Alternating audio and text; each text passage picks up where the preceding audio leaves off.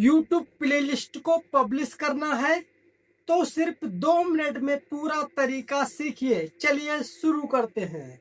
अपने मोबाइल में YouTube app को ओपन कीजिए। नीचे प्रोफाइल के ऑप्शन पे क्लिक कीजिए। आपको ऊपर की साइड व्यू चैनल का ऑप्शन मिलेगा, यहाँ पे क्लिक कीजिए।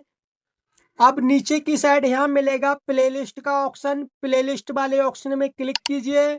आपने जितनी प्लेलिस्ट बनाई है वो सारी की यहाँ पर निकल करके आएंगी।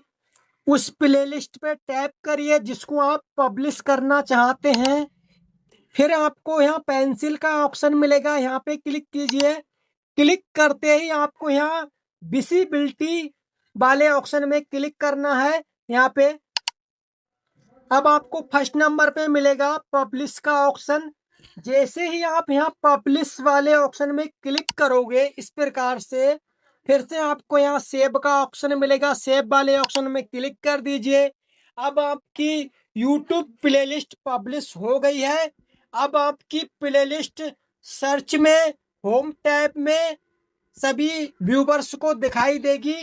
तो देखा आपने कितना आसान है YouTube प्लेलिस्ट को पब्लिश करना। अगर वीडियो पसंद आए तो लाइक और सब्सक्राइब करना ना भूलें। धन्यवाद।